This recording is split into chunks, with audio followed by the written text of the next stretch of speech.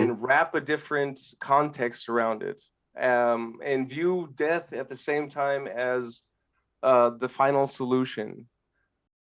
Hi, I'm Madison Hafner. I was born in Rock Springs, Wyoming, to a normal Midwestern family. Just another normal dude in this world of chaos.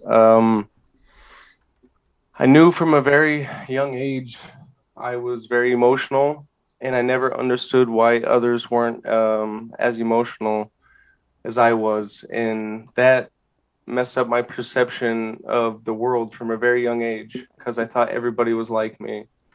Um, I was always jumping from friend group to friend group, a social chameleon, if you will, just trying to fit in. I did sports younger years. I did football, wrestling. I did gymnastics. Yeah, I did the rings. And then I fell out of it because it was perceived as a non-masculine thing in the area that I grew up in, and catching the shit from the kids at school, that fucked me up, or Mm. that messed me up for a little bit. Um, that led into me this misperception of the world at such a young age, led into depression and anxiety because I didn't know how to understand. I really didn't. Example, Mm. my dad would tell me something and then he'd be like, don't tell that person. But it was a very emotional thing to convey to me. And I didn't understand that between emotions and sharing stuff, there's barriers because people will get hurt. I never knew that. It messed me up for a long time. Uh, just I always fit in at school, but at the same time, I didn't. I was a jock in high school. I was a captain of the varsity football team as a junior and senior. The goal right there was to fucking go to UW, play University of Wyoming, play YO football, WYO first down, and that was the goal until I had a horrible, horrible coach slash teacher that I conveyed my dream to, and I Mm. messed up one time in practice, and he went off and said that how are you going to make it to the college level if you're acting like this? You're not college material. Pretty much belittled me and pretty much stomped on that dream. And everybody knows that when a dream gets stomped out, It's gone for good. confusion and it's gone for good. And it's Yeah. you're not there's no coming back. Until later on in life. That's the but anyways, Uh, high school, I really tried to be a social chameleon to my best because I didn't want to be labeled as a jock. I knew it wasn't right, and I didn't like that tough football, like 80s movie bully, like where the bully's the cool guy and he's so cool. Every film's filmed from this perspective. Let's be manly. Don't show emotion, that kind of shit. I didn't Yeah. understand it and I didn't want to be that way. So I made it a point to have different groups of friends um, throughout my life. I had a really tight group of five of us when we were younger, and the remaining two from the group I still talk to. The other ones have exploded in emotional drama, and Hmm. ties are cut because of it. So, get to high school. I think I lost that dream my senior year. That's when that happened. And then came, hey, it's time to sit down with a guidance counselor and plan out your fucking life. No Yeah. idea how to do. None. What I didn't know what I wanted. I knew I wanted football. That's all I wanted Yeah. was football. Hmm. Um, a little caveat to that, along with high school, was my first girlfriend and losing my virginity. This is also a important part to talk about because this is the sexual ticks that you'll carry out through the rest of your life. And I was always different because I found out from a very young age the pros of prostate stimulation. Now, being in this situation and trying to convey to my first girlfriend how it's not that I'm gay, but I like the feeling of it, blew up in my face senior year. it was either senior or junior year. Me and her broke up. And the rumor of me being gay was out there. Because if Wow. coming from a fucking small town, it's small town drama. And it's the worst emotional, stifling fucking shit you can ever have. Just Wow. your brain. Probably a bad way to say that. Anyways. So that's where I am at graduation. I have a diploma in my hand and I see a world and it's so big and I don't know what I want and it scares me. So what do? Revert to drugs.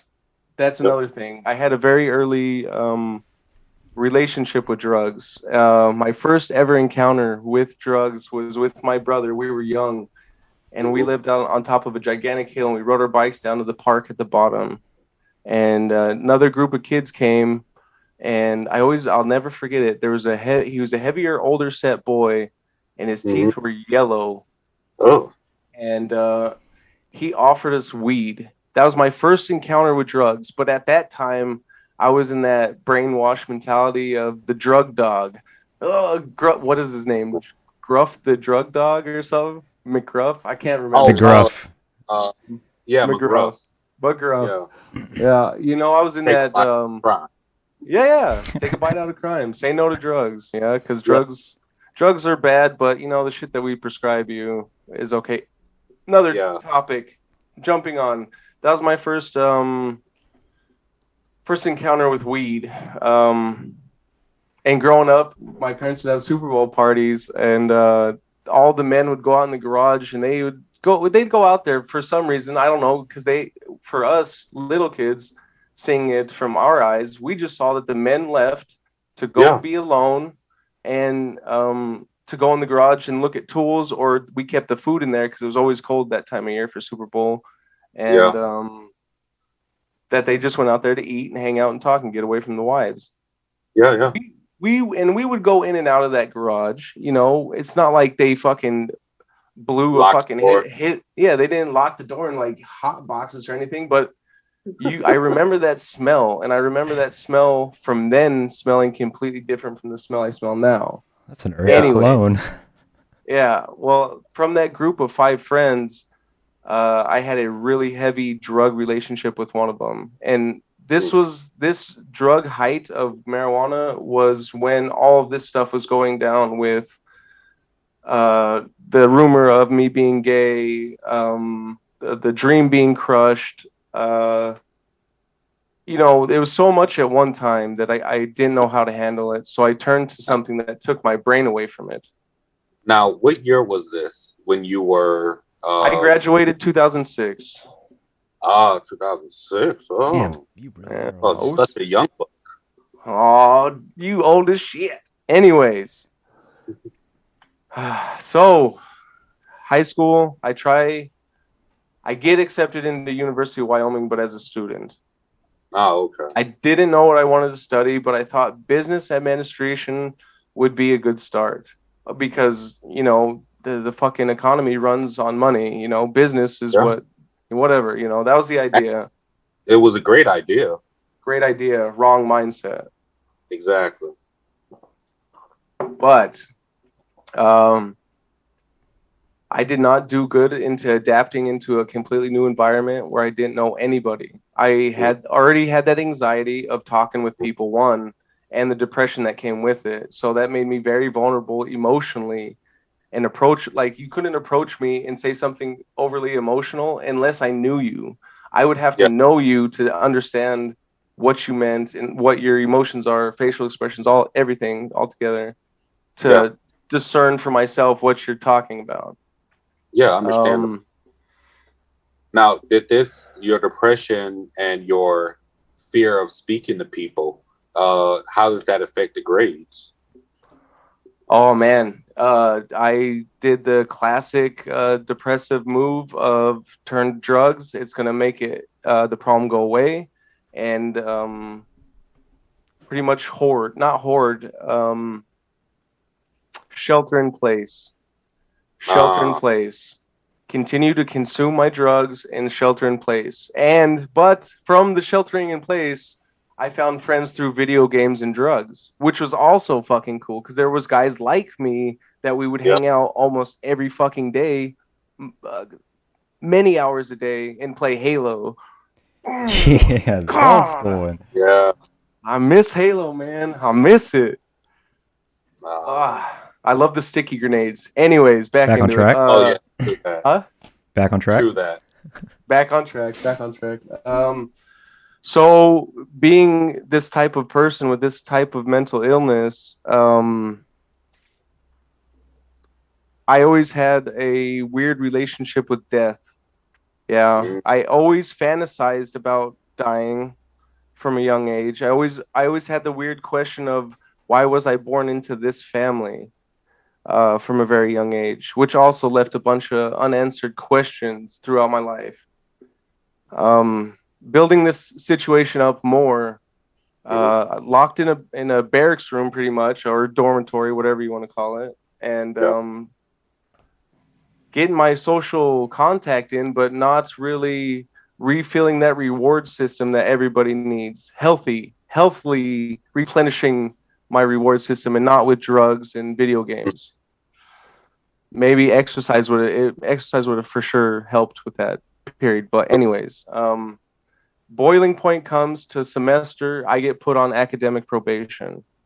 Uh, It pushes me further into the ground, yeah. further into my room, which made me suicidal. I Mm. ended up cutting my wrists Ooh. in college.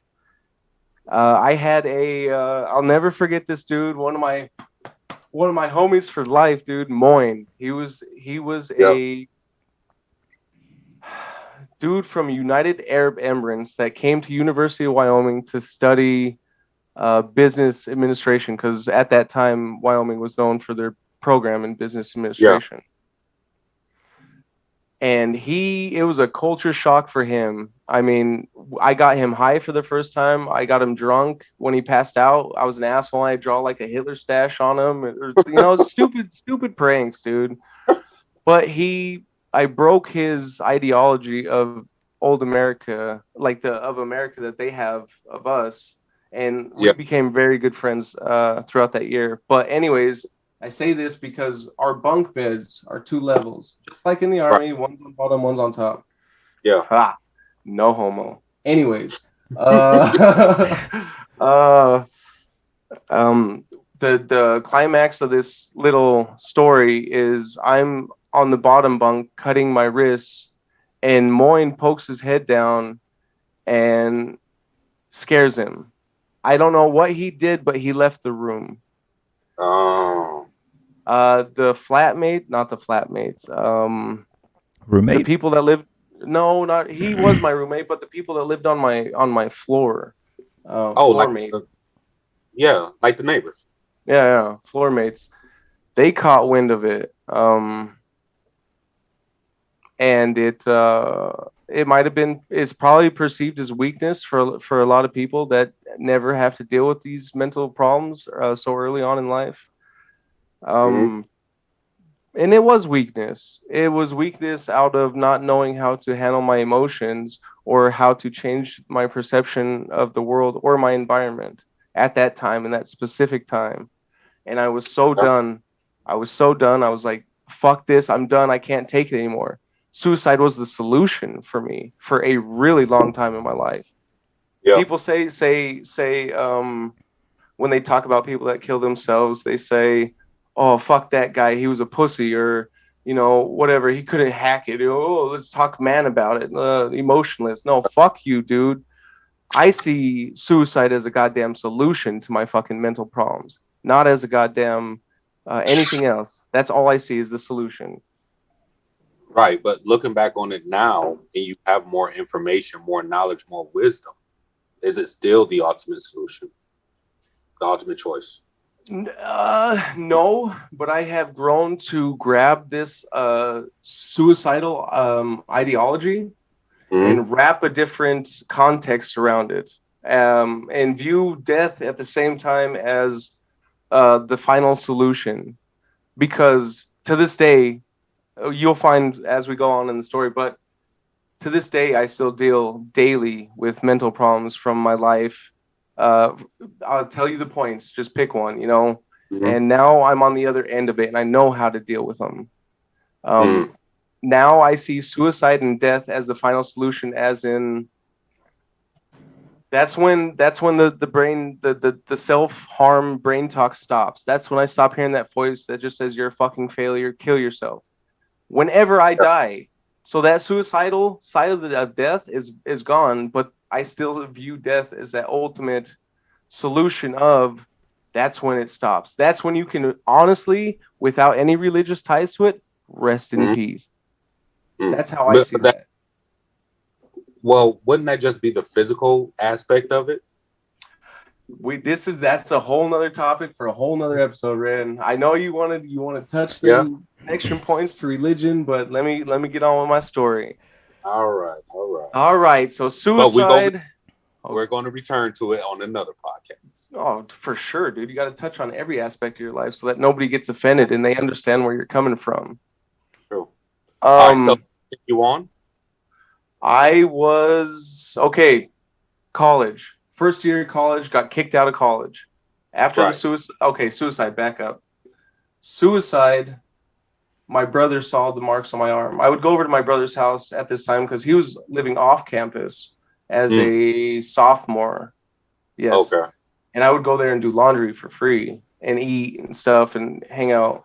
And that group of friends from earlier in my life also, most of them followed to college. One guy didn't. He had a bad life and had to do road construction and break his back to afford college. You'll meet him. He'll get on here. He's a good fucking dude. He's somebody that my family adapted to him as a brother, and he is a brother. And my kids refer to him as uncle, and that's how it'll always be. So still have a piece from home with me in this situation in college in Laramie, Wyoming. But I'm lost. My brother saw the marks on my arm, and we had a long talk. And at this time, I was so weak-minded that I was susceptible to any kind of ideology. It's just it was like falling down a hole and just trying to grab for anything to fucking hang on to because I was struggling, you know. So my brother. Come on, take your time. My brother took me.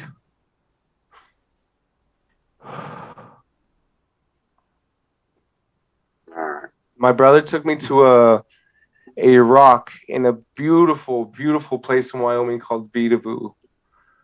And prior to this trip, he was trying to work in his religious ideology into me. Because Michael, like us, we grew up in a Catholic mindset with Sunday school and stuff like that. I've got my communion. I was baptized.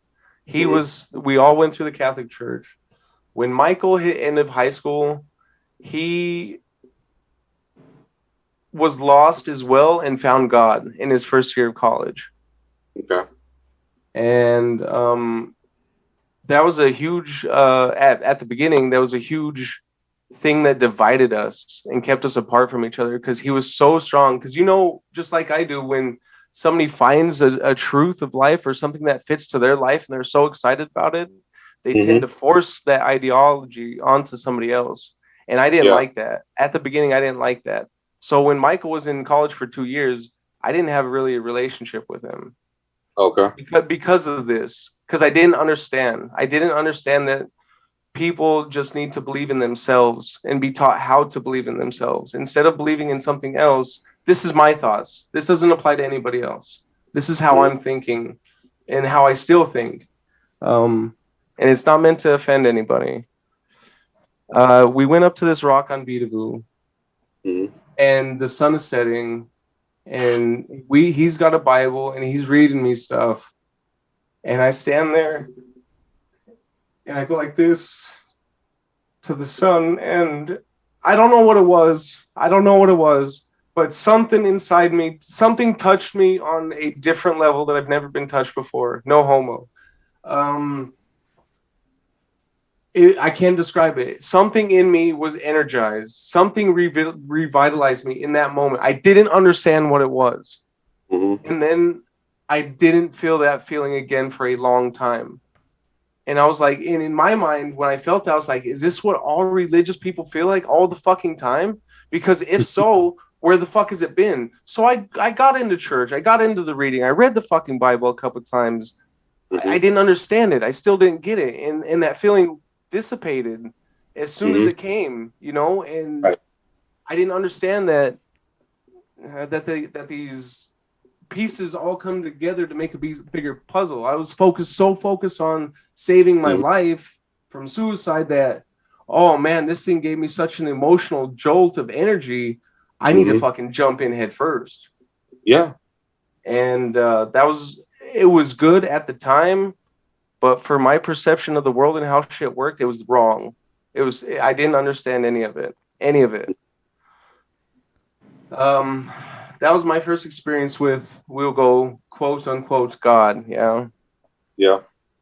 That saved my life. I was out of the fucking university and I was working road construction for a year. One of the most back-breaking labor jobs I've ever fucking done. But I Mm-hmm. worked with a awesome group of Mexican dudes that would bring me Mexican bread, and fresh Yeah. jalapenos every day, and we'd sit there at lunch, and Wow. they would talk their Spanish when they wanted to, and they talked to me in English. And my nickname was Pedro. They always had me. They loved me on the crew because I was the tallest guy and the best guy to work with a jackhammer. You know, so they What loved it year that I was was. this? Oh man, 2000. Okay, so that's end of college. So So that's 2008. no, that's 2007 still. We're in 2007. I'm out of school. I only did 2 semesters of school and came Ah, home for a okay. summer. The Jesus, I was Okay. still summer in it, school. the summer is now the climax on, or the fork in the road that I come to realize in my life in this point of time. Mm-hmm. I'm not gonna fucking work. I see my dad. I respect his work ethic and I Mm-hmm. respect what he had to do for his family in the situation. But Yeah. I believe that there was always a way to live life with your family while earning money. I never understood it fully why you had to be paid money to get time taken away from your family. Like no money is worth that. None whatsoever. You No. can't pay me enough money at all to take time away from my family. None. Unless, well, it can work out only if you create your own and you can work it on your terms. Yes. Yes. It's being your But own boss. that's a big idea in a very small brain that doesn't Yes. understand. All this is small minded stuff right This is now, this looking at is young. big pictures. Yeah. So, where was I? So we're 2007. You see your Okay. father working. Father, yeah, okay. I didn't want to live a life like that. I knew that, but I didn't know how to achieve that. And I knew with the way I was getting into drugs and Mm-hmm. how I was becoming a increasingly different person, angry person, Mm-hmm. a just not a good person. I was never the type of dude to go sleep around with girls because I Right. never understood the emotional attachment and then break.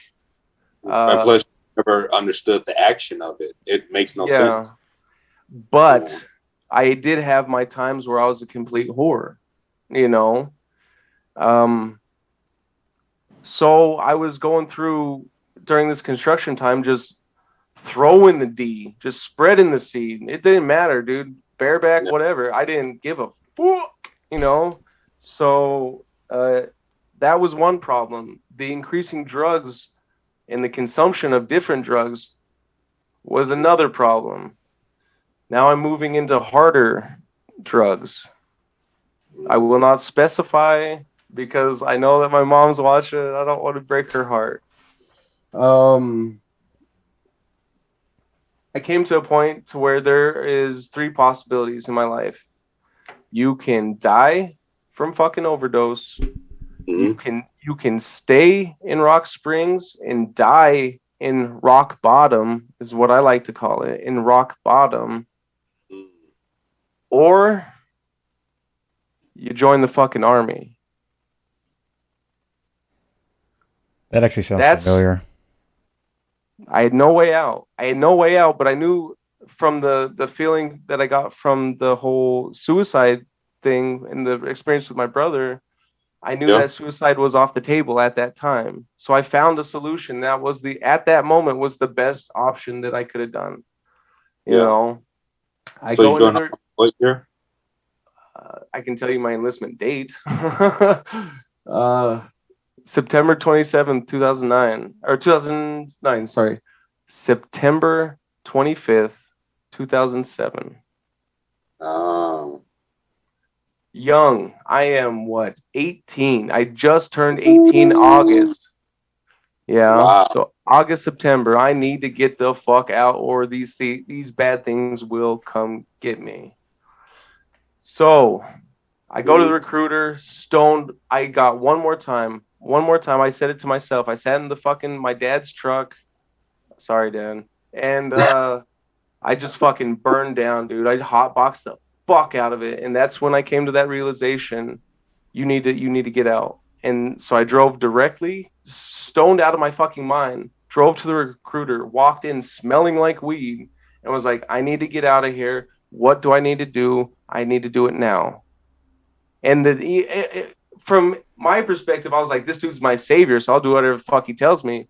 But from his perspective, he's like, I got him, boss. It's a good one, fish. boss. It's a I got big a fish. right here, boss. Yeah. So, but I had no idea that that's how the army worked. That was before understanding that. So I was like, Dude, fuck yeah. You came in as the poster child. The story of a lifetime.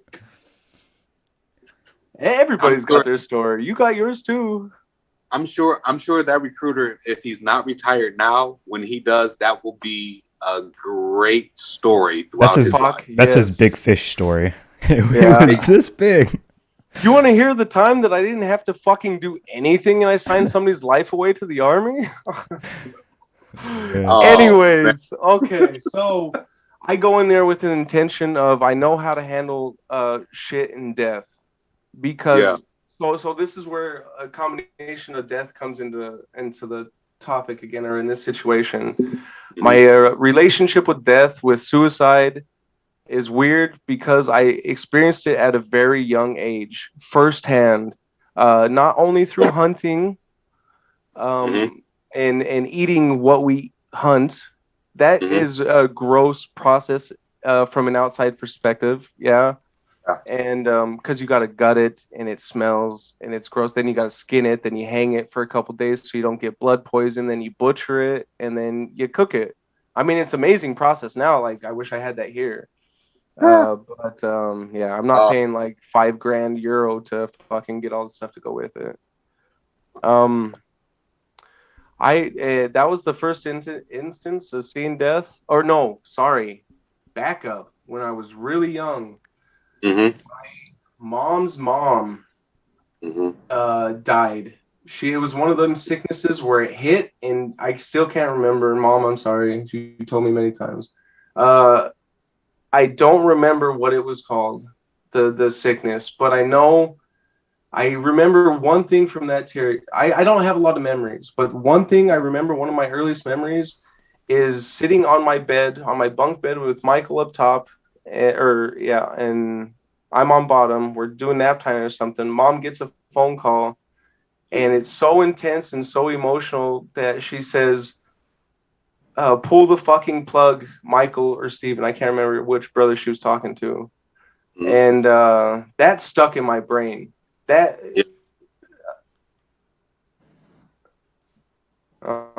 Okay. And that was the first experience. And then because I had a good relationship with my mom. Yeah, that's what we call her grandma, but mom.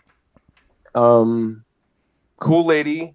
She could get on our level and do like somersaults in the grass and mess around. And yeah, that was the first one. Second one was watching my grandpa be revived from dying in a hospital in an IC or in an intensive care unit. Somebody Yeah. standing over him with a bag and pumping air into him, and the rest of the family, my brother or my dad and his siblings and grandma, Mm-hmm. um, are making the decision on what to do because he had stage 4 lung cancer. He was an electrician his whole life and was crawling around in asbestos, Yeah. you know, and a smoker, heavy smoker. Anyways, Mm-hmm.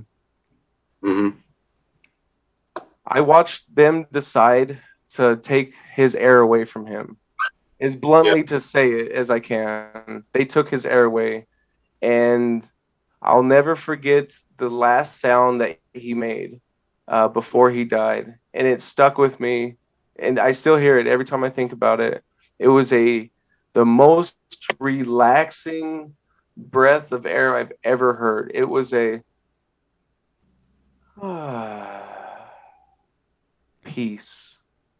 Wow. Feels like he's just So, accepted that. yeah, yeah. So, Death Army, I'm okay with it. Hey, you know, I was just getting Yeah. ready to go to fucking war, especially at that time we were in Afghanistan, Iraq, just Yeah. fucking in that mindset, blowing Hodges away. You know, that stupid fucking. Anyways, Yeah. Army. My mom won't let me join infantry. She starts crying Mm. because I want to go infantry. So, because of my mom and because of the emotional connection we have, I chose something else that I thought that the videos that they show you at recruiters are lies. The Yeah. chemical video that I saw, the chemical, biological, radiological, and nuclear specialist video that I saw Mm-hmm. was people in the lab analyzing stuff, holding up beakers, being interesting with Uh, syringes, you know, like montage syringe, a bottle with liquid in it. Oh, you know, stupid stuff. So I was like, fuck yeah, dude. Fuck yeah, what is that? I want to do that. yeah. 74 Delta, here I come. Mm. Ugh. Chemical core. Anyways, I do basic in North Carolina. Shoot. North I think Carolina? no, South Carolina. What's South Carolina? Jackson? Jackson. Relax. They said relax in Yeah. Jackson, but go fuck yourself because I had a infantry uh, staff. Mm. They were from sergeant major down, was all infantry, all experts in their field, and that was not. And we might have been mixed sexes in basic training, male and female, but it Mm. was not easy, dude. Not easy. It was. I cried. I ain't gonna lie. I cried in basic. I wanted to call my mom. I ain't gonna lie. Yeah.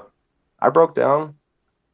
Uh, But they break you to build you back up. That's the thing you don't yeah. understand at the time. That's Um, true. so this jumping into this new fucking environment with all these people that I don't know, and it's so scary, and I can't have my retreat of drugs or Mm. my isolation in my little safe space. Yeah. Uh, I have to. There's no way to go through it. So at this point in life, my curve, if you will, on a diagram of how I've grown throughout life has been like this. Yeah. Just just fucking skyrocket and then plateau. It's Yeah. never been a casual flow. It's been fucking anyways. So I'm in this new environment and going into this is my first time exposure to black culture and black people. Mm. Okay. In Wyoming, I don't believe they're racist, but they use humor that have racist undertones. Mm. And as a kid, when you hear these jokes about different colors of people, you just grab it and you're like, oh, that's the truth. Mm-hmm. That's how that I wasn't a racist, but I always question it. Yeah. You know, just like the other day when my oldest saw you, Red, for the first time in a long time. What did she say to you? Color. What did she say to you? She said, no, she asked you, she said, why is red a different color? Yeah. And I was going to explain it, but you knew I would probably go too far. I would definitely go over her head. It has to do with this dude named Joshua long time ago. No, with her, I wouldn't explain it that way. But you, because he's got no melanin. Is that that you explained that I was from a different place. My people were from a different place, and that we were a different color. And if she understood it, excellent. If she asked more questions, perfect. But the way you handle it, I applaud you on that. And I think that's not a critique on anybody by any means. And I don't want anybody to take that lesson negatively if it has happened in the past to certain individuals in my life or what. It's a lesson that you have to learn of what you say in front of your kids because their perception of the world is you. You are God. Everything you say goes. Well, you aren't God. You are the in a child's eyes. Look at they mimic everything. In a child's eyes, the parents are the God. You know what I mean? So everything that they say has to be true because I get punished if I don't. You know, it's a weird teeter-totter thing. It's hard, man. It's hard to find the middle. Anyways, going into this new culture, exposure to all these different cultures and races and people and ideology, and I was scared to talk to the black dudes because I didn't know all I heard. And this is a typical fucking white boy from the Midwest that gets dropped into this fucking population of people, and I don't know what they're saying because they're using their language. It's just like coming here to Germany. I had no idea what somebody would say to me in German when I first got here. Ebonics messed me up. Like, I had no idea. The cool thing is I became really good friends with this dude named King that had a monster dong. Monster. This thing hang below knee. He was taller than I was. Oh, God. What the heck? Dude, whatever. That was my first experience with seeing something like that, and I was just like, "Oh my God, I'm a piece of shit! Look at this little tiny dick that I got on between my legs." Oh man. Yes. Anyways, King, really good dude. Him and his friends, his group, would get me, and they would laugh for hours. We would laugh for hours because they would teach me Ebonics, and then I would speak Ebonics back to them. And they'd be like, "Oh fuck, white boy, it's so funny how you say that shit. Oh man, that shit's hot. That shit's tight. You know, shit like that." It was good. It was a good exposure to a force to be exposed. You were forced to be exposed to so much at once to force you to grow or force you to get broken down so that they can build you back up. Perfect recipe for disaster, or perfect recipe to withstand the storm, I guess. Yeah, in order to change, assimilate. You know, when people have to integrate. There we go. Yeah, integrate. Yeah, it's a good integration technique. We'll say that. Hendrix cut the rest out. No, we're just playing. All right, so you're in basic training. You're integrating with different cultures. Yeah. So all these barriers, all these mental barriers that I've had about my relationship with drugs, how to overcome these mental problems, they're just all fucking dissipating because I'm learning through the army how to be a man and how to be mentally tough. No emotion. You fucking keep going. You push forward. You lean into it. Any cheesy army expression you want to say it. Yeah. You know, and I needed it. I needed direction. I needed purpose, and they gave it to me. But with the signing on the dotted line of your life, that's the reality of the situation, you know? True that. Okay, so I get done with that, and I am caught in a group where my graduation Mm-hmm. coincides with Christmas break for everybody. Okay. So in between basic and AIT, I went to Wyoming for my first time. And I was the typical army douchebag with the dog tags and the brown shirt and my boots and wearing my uniform. And I'm a fucking badass, you know, you fucking douche face. You know, I just punched that dude in the mouth right now. Anyways, you know, that was awesome because my family got to see a somewhat healed or and yeah. So That was good for everybody because we got to reconnect and I got to rekindle a lot of the relationships that I lost with my family because of the shit I was doing prior to. And you know, that includes my go ahead. The question is, when you went back home, did you conduct yourself like in a military manner? Oh yeah, like, dude, I was parade rest. I was fucking had my hands curled when walking. I was walking in step everywhere I fucking went. You couldn't, you know, you tell me to turn to the right and grab me that cup. No, I'd fucking right face that shit to show you. Your dad walks out the bedroom in the morning for coffee.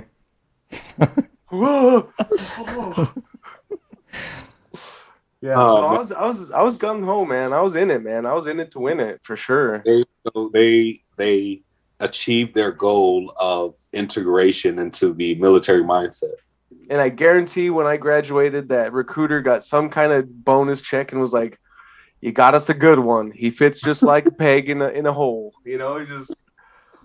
Anyways, so I do 2 weeks at home. And I rekindle one of the relationships that I really didn't understand that I lost, and that was with my sister. Okay. And because she's 4 years younger than me and 6 years younger than my brother, my oldest brother. My older brother's a year and a half older than I am. That's a big age gap in siblings. You know, there's a lot of time lost and a lot of knowledge that's in them 4 years. And sometimes the ages, the maturity level of the ages don't mash. So good.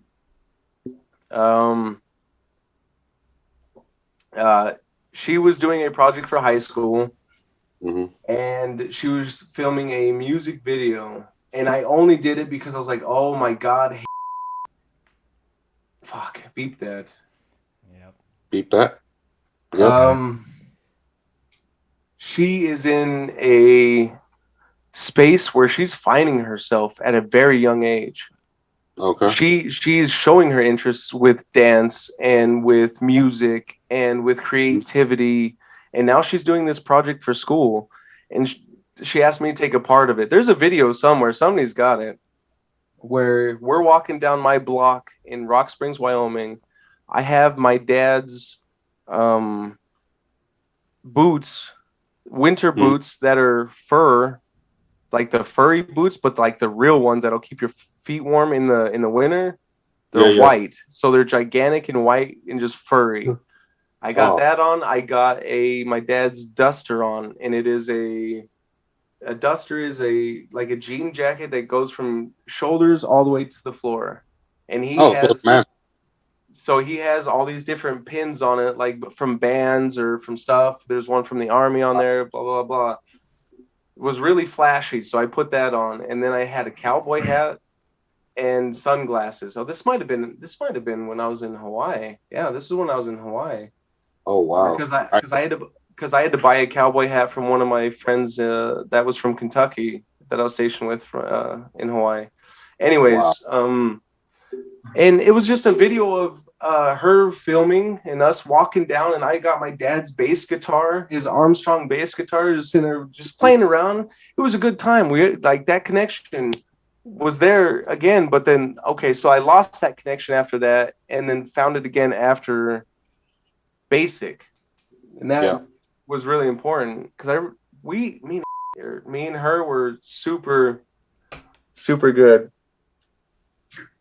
super close always. So AIT, Advanced Individual Training. What year?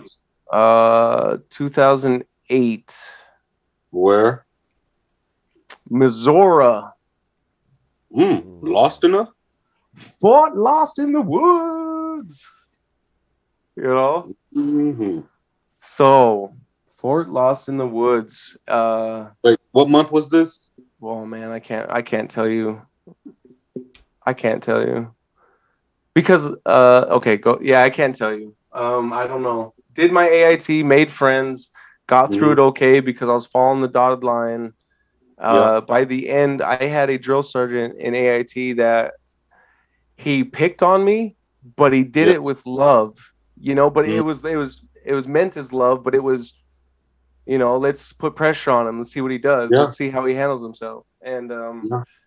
when we're sending in final formation, like one of our last formations for AIT, where they give you your letter on where you're going, Oh yeah. the drill sergeant calls my name, the one that was always had me under pressure, and Mm-hmm. he goes, "Okay, half, get up here, come up in front of the formation, just start pushing." So I was like, "What? What did I do?" So I just get down, I start pushing in front of everybody. He goes, "Everybody, Private Hafner just got selected to go to Hawaii. I've been in the army for 20 some years. I've never had that opportunity. So you're gonna push for that." So I just do, do, you know, just going. Yep. And that was you know, Hawaii. So now Hawaii, Yep. get in processed and everything, and I am now in 71st Chemical Corps. And there I Which found, quad was that? huh? Which quad was that? I believe K Quad. Oh, K quad. We were in the new buildings, dude. We were spoiled, man. Hey, here's a little nugget. I lived in those buildings just 2 years before that. We fell under 84th Engineer Engineer. Battalion, and then we fell. Then after that, like there's some fuckery that happened, and we kept switching battalions because nobody wanted Mm-hmm. us because we were a chemical company, and Yeah. we ended up with the 39th MPs or something like that. I can't remember that unit. I think it's the 39th, maybe. I might be wrong. Sure. I can't remember. Was there the people you fell under? Was there battalion building near you or far on the other side of post? It wasn't on the side of post, but it was further away than the one prior. I don't remember. Yep. It doesn't matter. I know where you. Oh, sorry. So I jump into this chemical company again, brand new people, new environment, new situations. Mm-hmm. You got to adapt, or you're going to get left behind. Yeah. So PT, because I let myself go a little bit on AIT, mm-hmm. I get introduced to my team leader. One of the strongest female influences physically and emotionally in my life. She took me from being a man and broke me, or took me from being a boy and broke that and made me a man and understand what's your actions mean something. She was hard on me, dude. Every time I fucked up, push. Believe yep. That. I said Hendrix. Push half, and I was always pushing for her.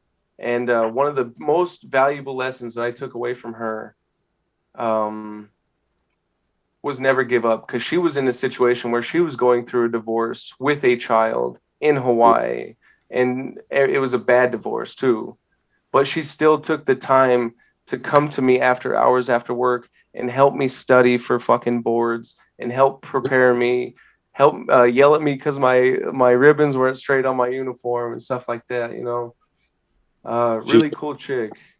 So she was the epitome of what leader should be in the military. Oh yeah, she showed me how to lead. She was a leader. She didn't lead through words. She led through fucking action. And yep. If you didn't get in line with her, she was gonna skull fuck you with push-ups and everything else until you understood. Amazing lady, amazing. And then a platoon sergeant change came, when she was still. So the platoon broke up, and we moved into a specialty from the Chemical Corps called Lima 5. Yeah. Lima 5 is chemical reconnaissance. That's just the title, chemical reconnaissance. I got selected because of the way that she did break me and how she trained me to do PT. I was selected to go into this quote unquote elite squad. Nice. And she became a squad leader. So I didn't have that direct mom there anymore. You know, that mother figure. So that was gone, and I had to adapt to a new. Not only that, but I had to adapt to a new platoon sergeant. That was from. He's some. We always called him Jean-Claude Van Damme because it was the Hispanic version of Jean-Claude Van Damme. This dude was. His body was no homo. His body was banging. He was in PT. He never fell out. He was a monster. Wow. And another dude. I was very blessed with having leaders that taught me how to lead and not taught me how to follow.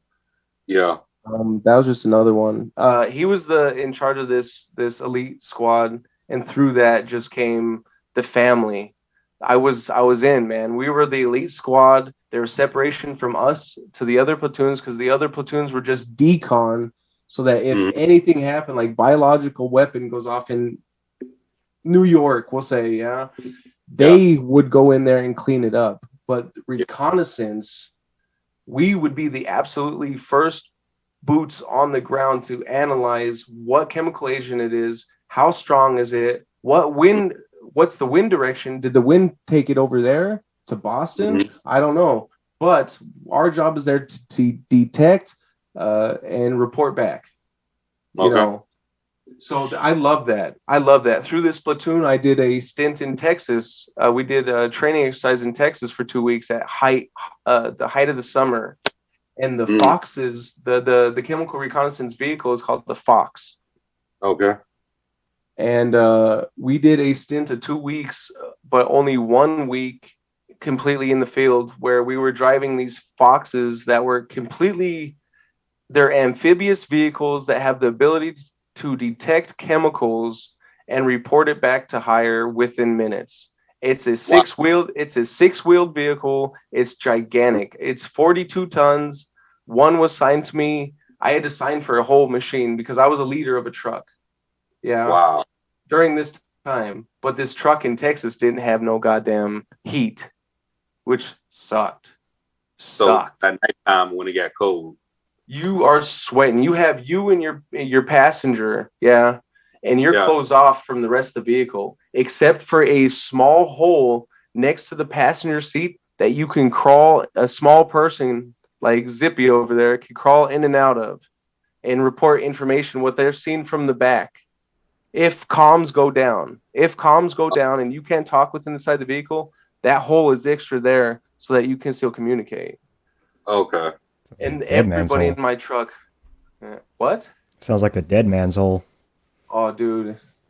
Anyways, we were sweating our asses off. I learned a lot in Hawaii, man. And then I found out the downside to being in a unit is that you build up these strong emotional ties. You go through so much shit together. You go through hell together.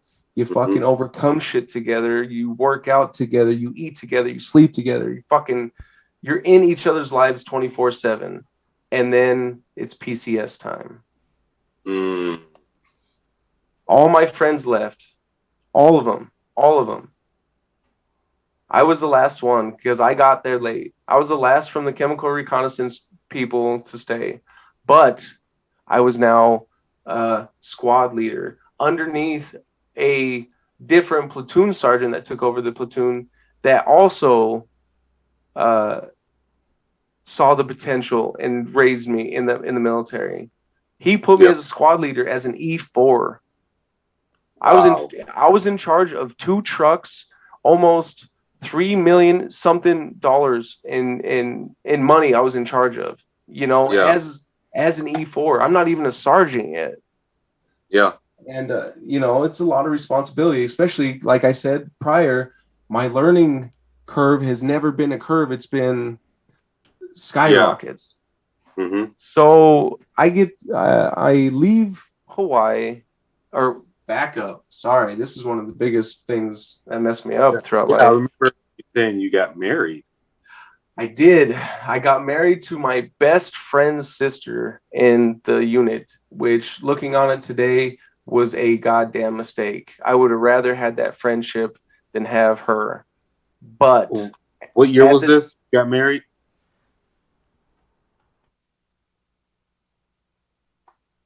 2009, 2010, maybe.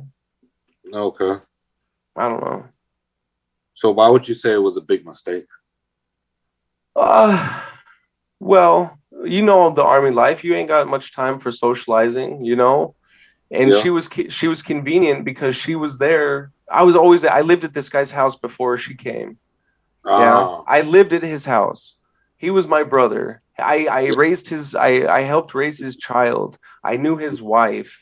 I was there all the time, and we would always fuck around with each other, you know. And she showed up, and she was convenient, and she was Yeah. also that male part of the brain took over a little bit too much, and there was something wet to put it in, you know, Yeah. because that is a problem of men. Anyways, A caveman brain. yeah. Well, when it came time to reenlist, I um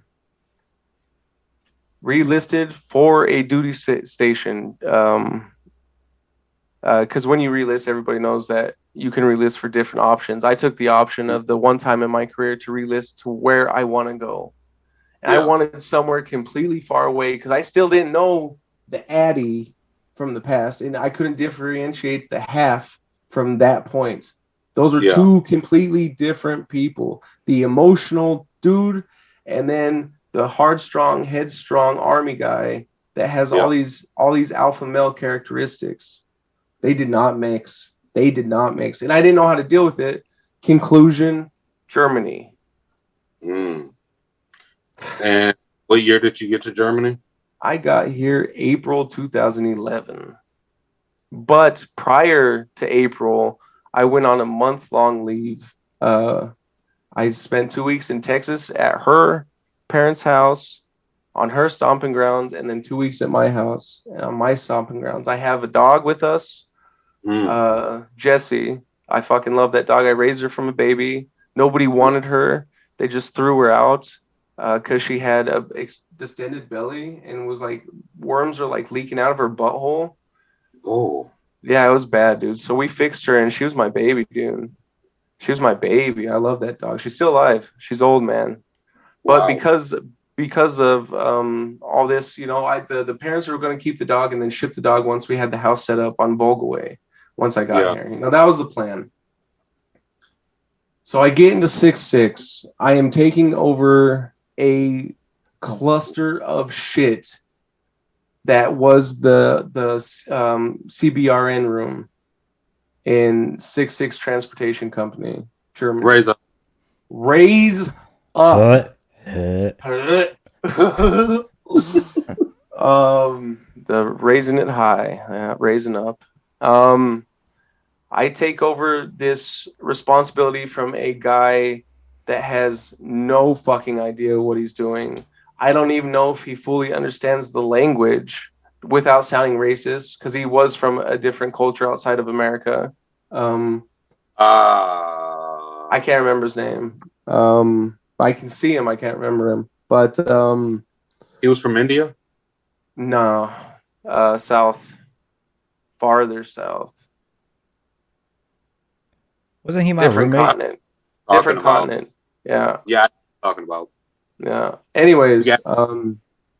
So you inherited all of this mess. And this is how another learning curve through the army, just shooting up to the sky, is here's this pile of shit. Make something of it. This is your job now. You have signed responsibility for, I think at the time was $4 million just in masks, the test machines, everything I needed to run a chemical operation at a company. Now, question for you: before you took responsibility of it, did y'all go through an inventory? No. He was. I didn't. I had no. This was the first time of me doing my job in a company outside of a chemical company. I had no idea what I had to do. So I walk in and he's like, he opens up the door to the room, and it's disgusting. Like, it's not like there's trash or anything, but there's no organization. There's fucking Yeah. mop suits sitting in the corner. There, in all different sizes. There's no masks hung on the wall. There's no tag system, no filing system, nothing. I didn't know how to do any of this, so I had to learn quick because I had new people that are looking at me, that are judging me on how I'm going to react to the situation to see if I'm worthy of the promotion or not. Yeah. So, on top of this, backing up to Hawaii, my last platoon sergeant, awesome dude, black man, beautiful man, just nothing but love, nothing but love. He told me, Half, when you get to Germany, be careful of the Masons. I was like, what the fuck are the Masons? He was like, you'll find out. And he sent me on my way, and that's how I left pretty much from under his command, was you'll find out. So I step into this shit pile. I have my house on Volgaway. We have no furniture. I just bought a bed. I just this day bought a like $2,500 couch set. Just fucking nice leather couch. Beautiful, dude. It was going to take a month and a half to get delivered. Wow. I come home from a late day of work. We are probably about now a week and a half, 2 weeks into Germany. Stuff is not going good in the first marriage. She misses her family. She's cut off from her family, and it's understandable. It's not only that the man has to, or not the man, the soldier has to sacrifice things, but the family has to sacrifice a lot as well. And she didn't understand that, and I really didn't understand that. But I come home one day. This is about 2 weeks into Germany, 3 weeks. I come home, and I'm just done. And I pick her up. We go shopping, and then she starts going back on what she said of like this verbal contract of, I will come to Germany with you. I will be your wife in Germany. She starts to go back on this. I don't know how to handle this because she's saying she wants home. And I'm thinking, oh my God, in this moment, I'm thinking, oh my God, another fucking failure in your goddamn life, Addison. You're now divorced. You're not like your fucking parents that have been there your entire they've been together your entire fucking life. You're a goddamn failure. So I fucking get on my running suit, everything, and we go run. Or I run. I have to go. Or I'm gonna fucking freak out. I'm gonna kill something because I'm in that mindset where it's close to getting black. Close to where I'm seeing black. Hendrix, you know what that's like. She didn't know how to push that button. Oh, she knew how. She knew how. But I was smart enough at that time to realize what the fuck was happening because I did see it prior in Hawaii of these women that would take advantage of military guys just because of the healthcare, just because of the steady paycheck. And they would do anything for that free handout of money from the government. So I go running. I am out of shape, dude, because I don't do PT because I'm excused from PT because I'm working in the NBC room from fucking morning formation to night. True. Out of shape, fat. I come back like 2 hours later, 6 miles. I was done. I beat myself until I couldn't walk up the fucking stairs to my 3rd floor apartment. Wow. I get there. I open up my door. My new platoon sergeant is standing there.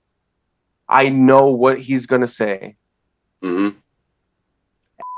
Or Half, you got to come with me.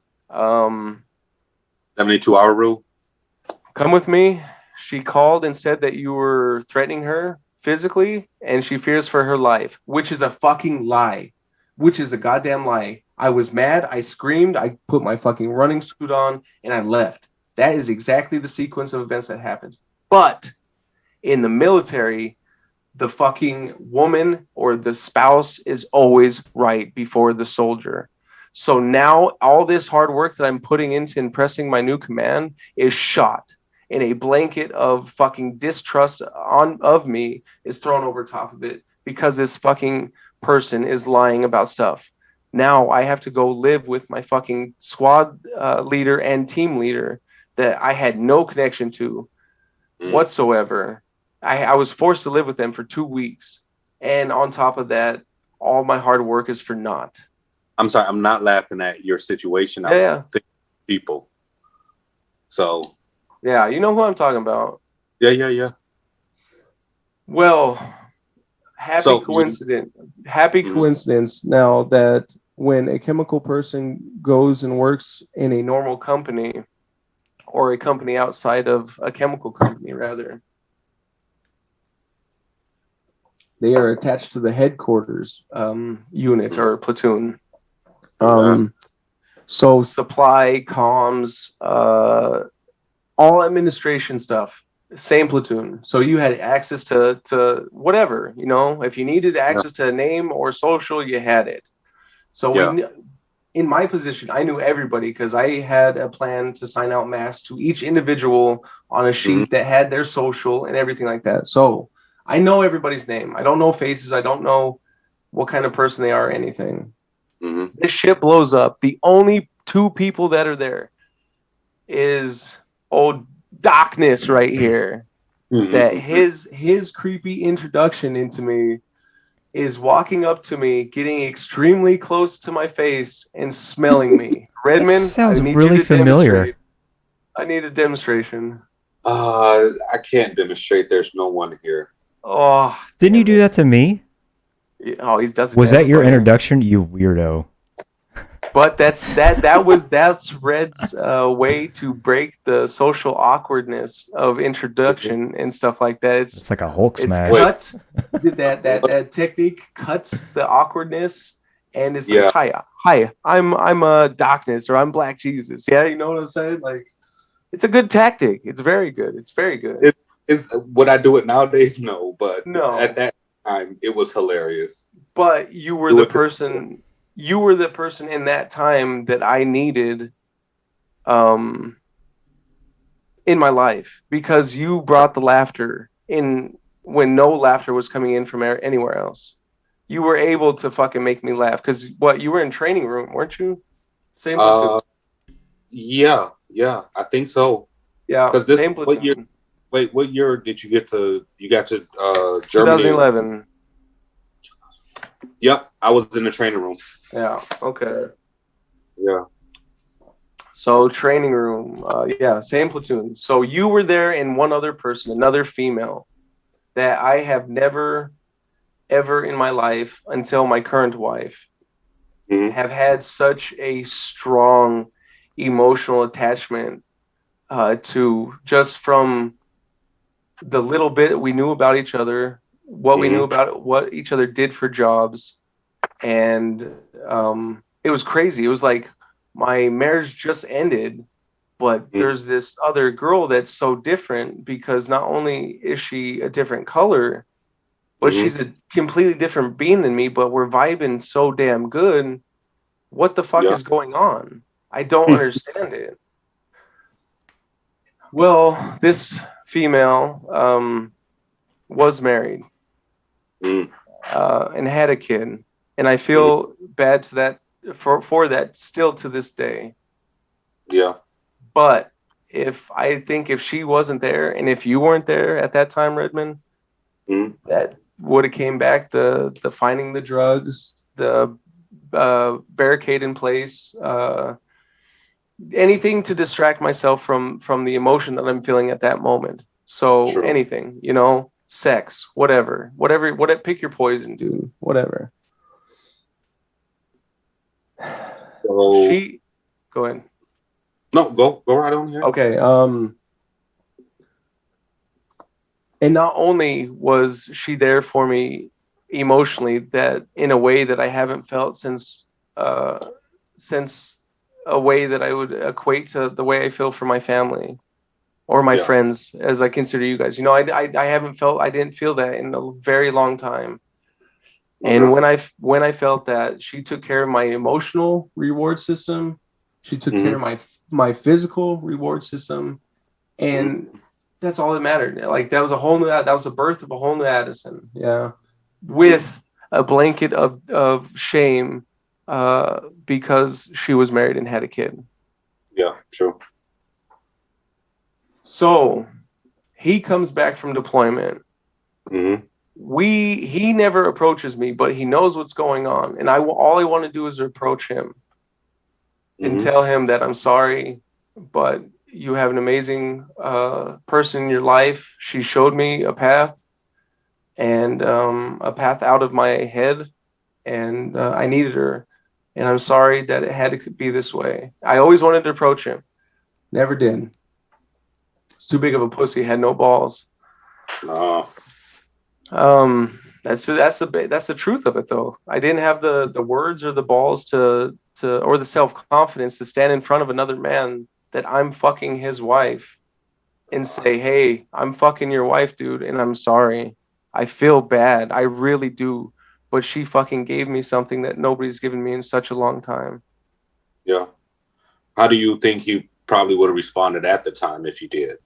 Like now, if it was happening now, I'm talking about at that moment. oh man, I don't know. I didn't have the words. I didn't have the emotional intelligence that I have now. Mm. I don't know. I couldn't do it. Um, so that was another thing that blew up. She gets moved to battalion. Yep. So our connection is tied or severed. That's right around the time that old darkness comes creeping down to the supply room, and we get put underneath. Go ahead. Many. Before me and Red became the friends that we are now, we both embarked on a journey working with a good guy, but a very dumb and lazy guy. He was smart. He had the knowledge. He just didn't have the umph. Are you talking about? True. No. X to the Z exhibit. Yeah. So because of what he does, he was the supply sergeant. Redmond was the soldier directly underneath, and I was the fallback guy. And at this time, this is before I take the arm room. So another one of our friends is now the armor. So it's me, you, the armor at that time. Before he small, tatted, kind of buff. You know who I'm talking about. Lady Gaga. Yeah. You know what I'm talking about. Bleep that one out. 1:12:37. Okay, so I'm at this time because Exhibit has enough knowledge to keep everything afloat, but me and Redmond have the oomph, and the other guy have the oomph to get the combined work from the supply room, the chemical room, and the arms room all together and on one level. And actually, one boat still going as it should. One boat, we kept that motherfucker going, man. Had a direction. I was getting recognized for my work, putting in for what I've been doing to this company. I organized this chaos that I grabbed from this other guy when I took over the chemical room and made it beautiful. I made it organized. I was training people. I was doing mask fitting tests where you have a gas mask and they hook you up to a machine and they can see if the seal is right or not. And if not, you got to change other. Anyways, I was getting recognized for the stuff, and I hear a rumor because I am in headquarters, and we are administration, and we do know everything pretty much that first sergeant and commander do know. True. I know that I'm going to get a promotion, but I don't know if it's corporal or sergeant. So the day before the promotion, the first sergeant, a massive man, not just size, but his personality, his aura, his everything, just massive man. Hello, ring ring. Yeah. Hello, ring ring. Yeah. he comes into, he has to duck down to come into my chemical room, and I'm standing at parade rest, and he goes, Half, I seen what you did here, and you're doing a good job. I'm going to promote you today to corporal, and I want you to push through, and I want you to get them stripes as sergeant. Another boom rocket of learning. Now I am starting, they are understanding that I can multitask and keep multiple parts of this platoon afloat, and I'm good at it, at leading. The other armor, the guy in charge of the weapons, leaves. He goes to battalion. Who picks up the arms room after him? You do. I do. I am in charge now of over $40 million worth of equipment and people. I now have a team underneath me. That's where Zippy. Lock that one Gizzy. That's where Gizmo. Oh, Jesus, I fucked it up. Zippy comes in. How many nicknames does he have? I don't. Zippy. We refer to him as Zippy. That's where Zippy comes in. He's my soldier. I am now a team leader of my squad of supply, where I have all the soldiers under me that do supply, communications, arms room, and chemical room, and yeah. So I have 5 people underneath me. I have a soldier directly underneath me for the arms room to help me and assist in the arms room. I have another one directly under me to help me assist in the chemical room. I have 2 guys that are underneath me that are directly with comms. They mess with communications all day. That's where Zippy comes in. And then I have old Darkness as pretty much my second in command for me, that helps me when I don't have time in every area. And we're making the shit work, dude. We're fucking bossing the shit out of this. All these projects. We're getting recognized. We're staying late with the executive officer so that we can meet deadlines for inspections, and we're getting awards because of it. And everything's on the up and up. I am now coming into my own as a person and as a soldier and as a leader at this point. I get promoted, corporal. Amazing. Hardest thing to do was to differentiate the NCO, the non-commissioned officer, and then non-commissioned officer half and corporal half. The distinction between the two is 2 different people. When I had to be with either of you, you guys know by the expressions on my face and how I talked that when it was time to fucking work, I would talk to you one way. But if it was time to play, I'd talk to you another. And I was very, very good at doing that. I was very good at jumping out of emotion, back and forth, in and out, in and out. Word comes down, we're getting ready to deploy. Oh, 6-6 is getting ready to go to the stand. Woo! This Army brainwash is coming to a peak. Addison's in a leader, or half is in a leader position. Half has his own team. He has all this money behind him that he's in charge of, all this equipment. I found a real love for messing around with weapons, and I love it. I wish I could do it here in Germany, but the law prohibits me because of a mental illness, which is completely wrong in my eyes. But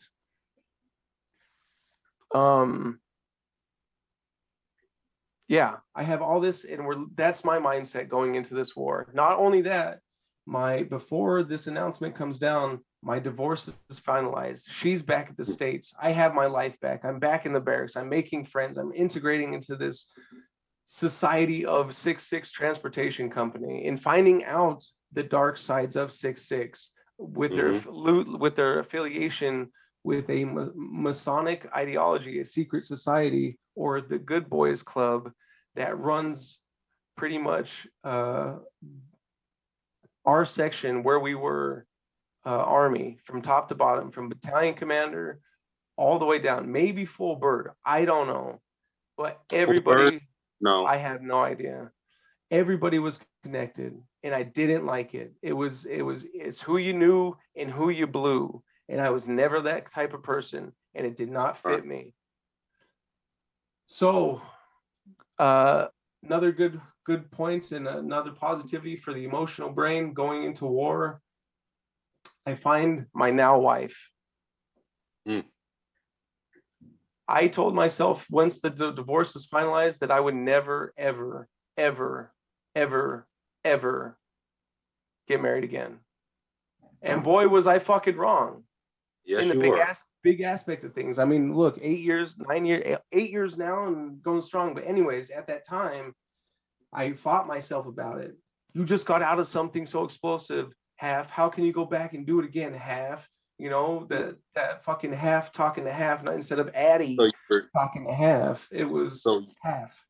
so you have a constant moment of self-destruction mentally. Oh yeah, especially when I'm at the top of the roller coaster. Oh Once I yeah, hit when that everything peak, is going so good.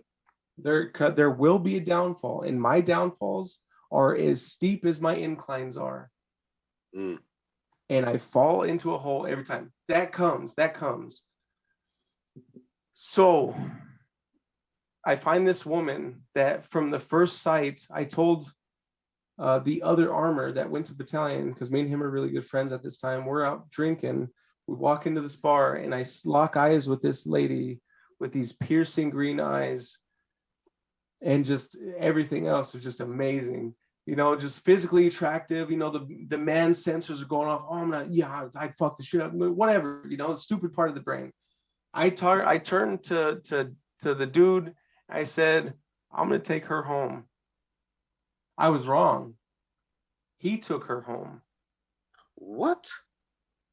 That's that was that connection. Because of that connection of friendship was severed and never repaired, or would Uh, never went back to the way it was. Something changed in our relationship, me and him, because he took what I wanted, and he knew it because I expressed it. yeah. That's Another why reason, another reason not to trust people and let people in. you can let people in, just don't tell them what you're doing. You profile them first. Well, I don't. I'm not like that. I mean, I was always raised to be an emotional, or I wasn't raised to be, but the way I interpret it from my childhood is I was an emotional bull in a china shop, in a very Uh, expensive china shop. So when somebody would show me kindness, or the thing like with the girl that showed me right after the stuff with the ex-wife happened, mm-hmm. I took that to heart because You she took it as she love. yeah, they did something. They're being with them, that poor person having that relationship with them benefited me somehow so strong that I couldn't understand how somebody could do that to somebody else. Uh, I was thinking in extremes on a lot of stuff in my life. yeah. So But um going back to friendship. going back to friendship and meeting the wife, uh I hated her after that. Hated her. Absolutely fucking hated her. Didn't want it because that night we flirted, we talked, we did everything. Mm. And at the end of the night, this dude, I was like, "What do you think? Do you think she likes me?" You know what he told me? Well, No, she told me she told me she thinks that you're fat. what? Burning rage, burning hate for this person that I found so interesting and beautiful at first sight now has just been flipped on its head. And if I had the power and if I could, I'd fucking kill you because I'm taking his word for granted because Wait, of who he is and what he means to me in my life. did she ever say it? No, No. I know this now. This is after the fact. I know.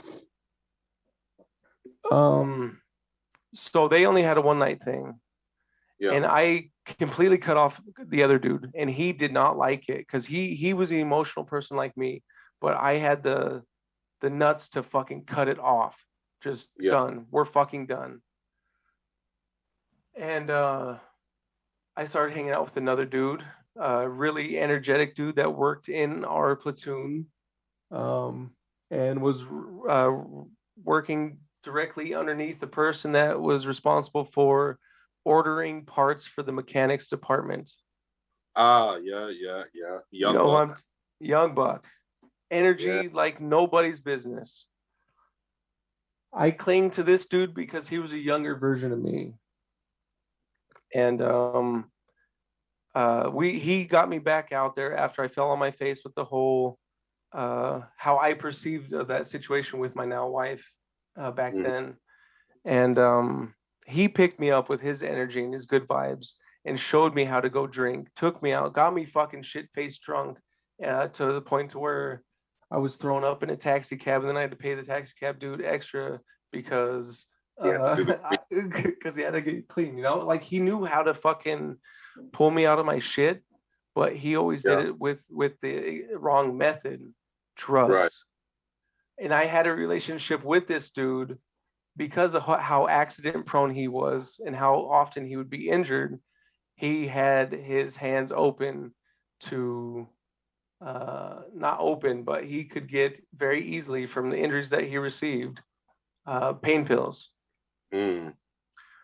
So, caveat from pain pills, Red, bring me back here when we're done going back. Okay, so pain pills.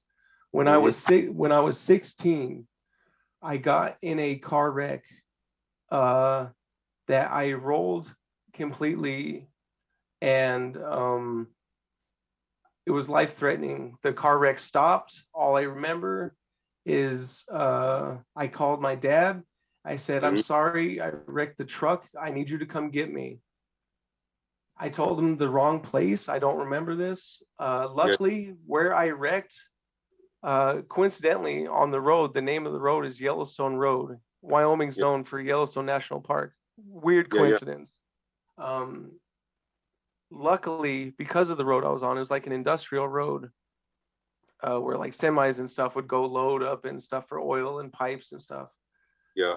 I wrecked right in front of a like I think it was a oil company, and a retired medic, not army medic. What would you call Like that? What's the like EMS. yeah, like EMS, retired Yeah. EMS dude was the first one on the scene. I have long hair at this point, 15, 16 years old, long hair. I have Mm-hmm. a cut.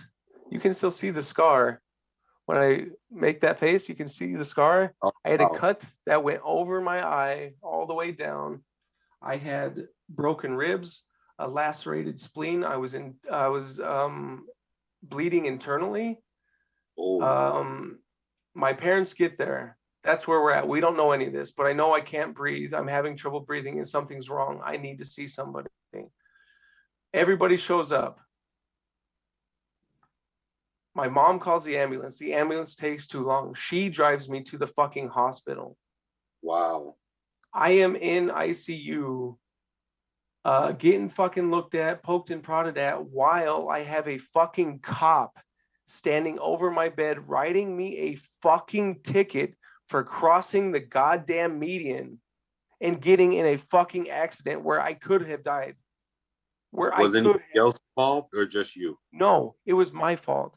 But the stupid fuck gave me a ticket because that was the best solution at the fucking time. Yeah, this kid's about to fucking die from internal bleeding. But wait, let me take the last moments of his fucking life and tell him that he's done even more wrong because he broke the fucking law made by man. Fuck yourself, you stupid piece of shit. Go kill yourself. Anyways, whew, All right, you through got it out. Let's move forward. through that came my addiction to pain pills because I had morphine on tap, bro. I had the button. I would wake up and I had I know fucking that feeling. Valium, I had Percocet, I had morphine tabs, I had Tylenol threes with fucking codeine. I had Mm-hmm. all this shit. Yeah. And I was just fucking stuffing my face with them. And I had unlimited prescriptions. Now take this situation and tie it back into my high school years. Me Mm-hmm. being called gay, me losing a dream. Okay. Moving forward back to the time where we're at. Where are we, Red? Yeah. We are back at Drug uh, addiction, pills. drug addiction, young buck. Okay, but through this relationship with this young buck, he was really good friends with my wife, and he kept pushing at us, or half. Come on, dude, you got to get to know her. You got to get to know her. You got to get to know her. She's a cool chick. Well, one day, Dust, he Yep. had a date set up with another German that was friends with my now wife. So on that day that he had the date, she came along, and me and her sat outside of the barracks room, of my NCO barracks room, where we could have been comfortably sitting because I didn't feel comfortable her being there, or with the other dude that banged her that lived across the hall. Right. I didn't want any part of the combination of the two. So we were outside sitting on the curb, Mm-hmm. and it was the first time in my life where I sat there and I talked, she talked, and time stood by but flew at the same time. Yeah. By the end of the night, it was over. She slept at my place. The hate for her was gone. The understanding for her was gone. Did I trust her yet? Did I believe her story? No, because I had hope in the other guy. Yeah. That was my mistake at the beginning. So I find this amazing woman, so many possibilities, fucking NCO, fucking on track. I'm gonna fucking be a soldier. I'm gonna lead these motherfuckers. I hate stupid fucking leaders. I'll show them all, prove them all wrong. All the people that fucking proved or that said I wasn't gonna do anything, I'll prove them motherfuckers wrong. We Mm-hmm. go to fucking war. Afghanistan, 2012, Yeah. October is the last time I got to place my lips on my love of my life. And I got to get shipped off like a man, like all of us did, to a foreign fucking country, to a new situation that you have no idea if you're going to come back alive or dead. You don't know because you don't have enough information. You're going into the situation blind. You may never see anybody again. Never. I enjoy that time. I remember people making fun of me because I was the last one on the bus, because I was the armor, because I had to count all the weapons, make sure all the weapons were accounted for. People made fun of me because I walked on the bus crying after I kissed my wife, or my then girlfriend. I didn't understand that. I took offense to that. Yeah, because the reason they were laughing is because of their ignorance. They didn't realize that this was your first time. You didn't know Exactly. what's it. Exactly. So Exactly. So we're getting flown to fucking Manas. We land in Manas. That's the in man, processing, man's ass. That's where we do the in processing for all war, or the theater of war for Afghanistan and Iraq. Every global military, that's their starting point. That is where they meet up. They get debriefed. They're going to get told what their missions are, how they're supposed to conduct their missions, how they're supposed to conduct themselves, stuff like that. So we push forward. Awesome deployment. I was a fob. I left the fob one time and got to go to another gigantic fob and got to have Burger King. It didn't taste like Burger King. Anyways, ended deployment. Everything is going great. I'm still on my emotional high, everything. Couple bumps in the road with the woman and the ex-wife, the new woman, the ex-wife, while I'm deployed. A weapon goes missing.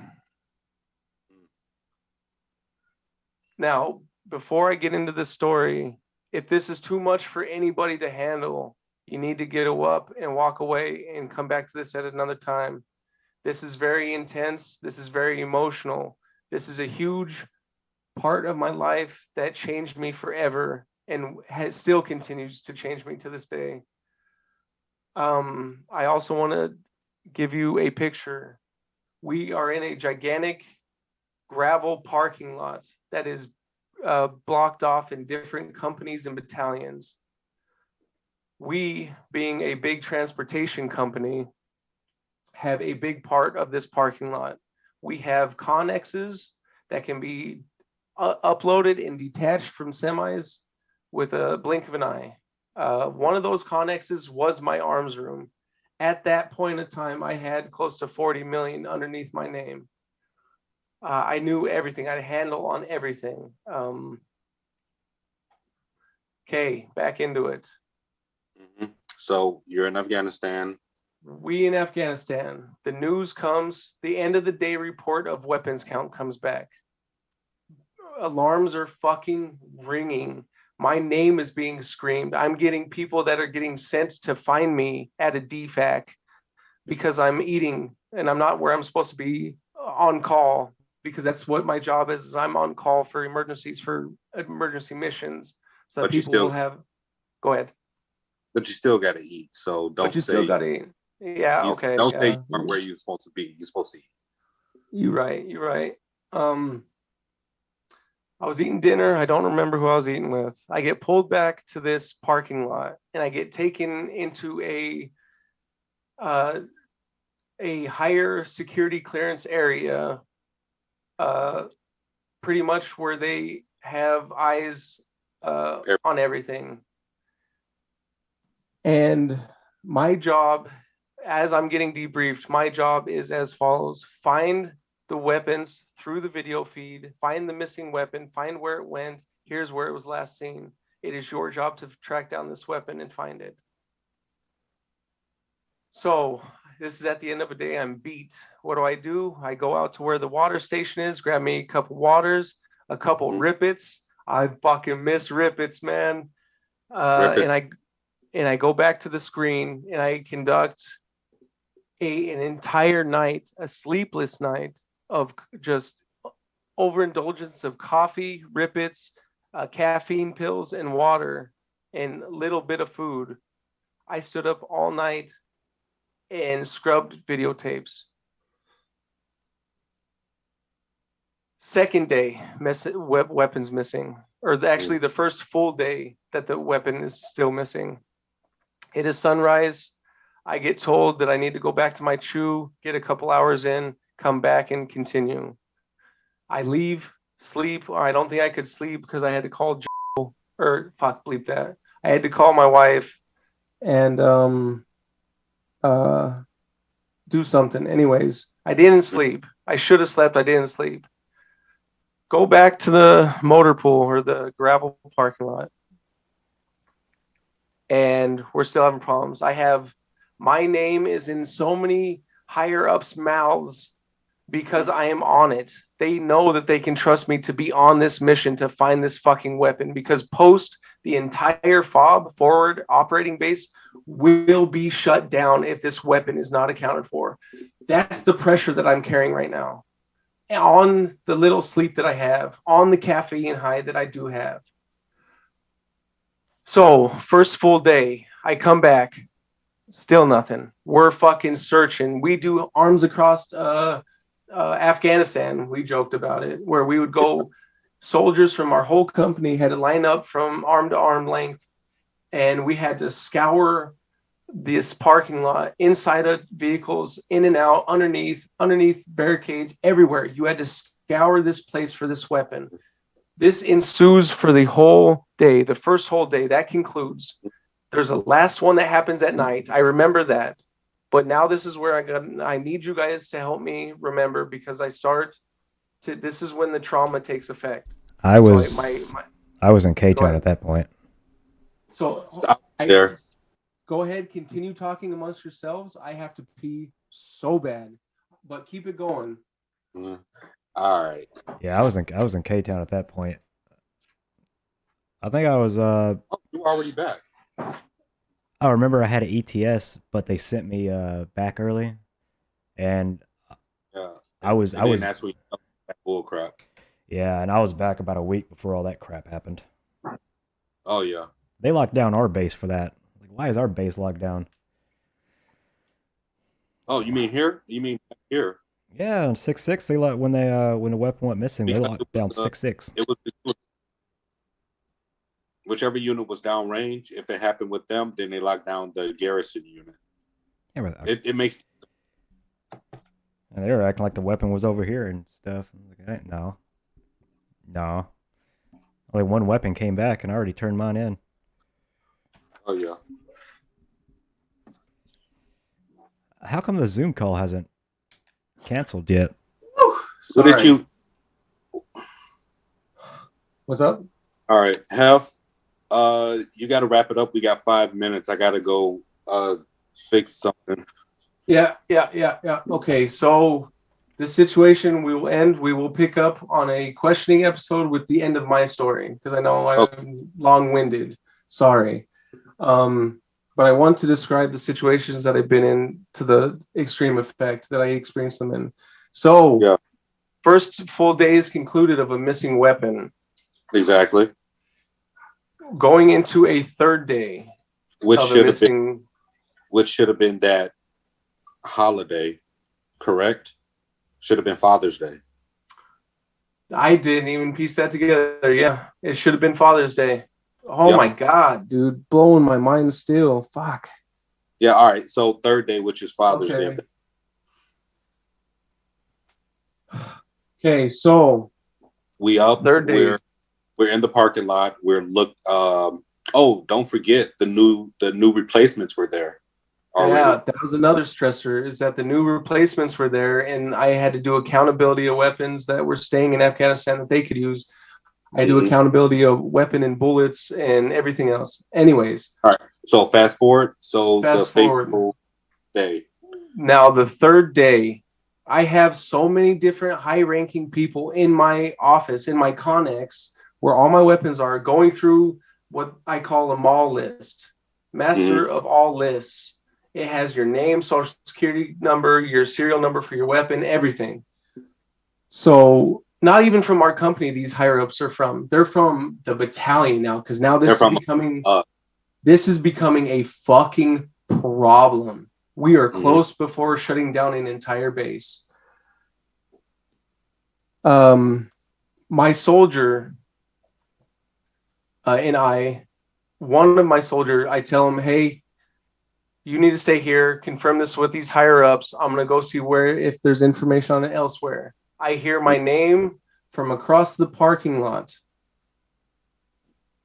Corporal Half, come here. We found it. I need you to verify. I run over there with the mall list. It's probably a football for the way. I run over there, and it's inside. It's tucked away inside of a bunker that, in case we get shelled or something, that's where we go. Now, mind you, this is not in the parking lot that all the soldiers are in. No, this is across the way. This is completely different. Thank you for pointing that out. Yeah. The sergeant major of the battalion is there, a ranger battalion, a sergeant major that's a ranger, a bad motherfucker, calls me over, talks to me sternly. Is this the fucking weapon? Is this what we're looking for? Hold on a sec, sergeant major. Hold on. I look mall list, serial number. Yeah, this is it.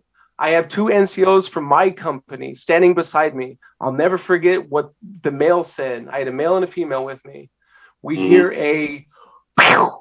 It sounded like somebody threw a rock against a metal fucking door.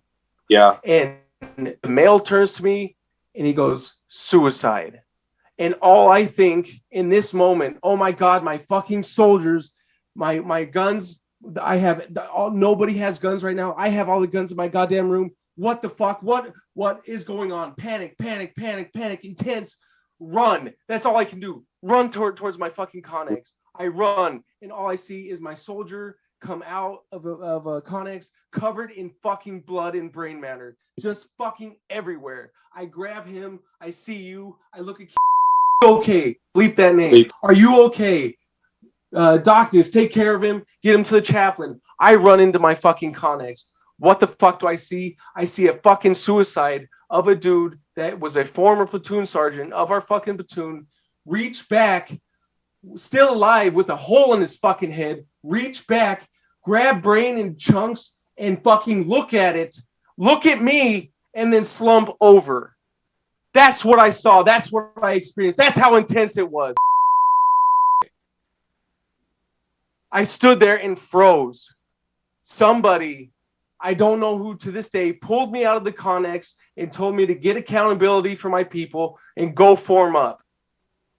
I didn't know what I was doing, so my army brain kicked on. I got accountability. I know where everybody is. I got it.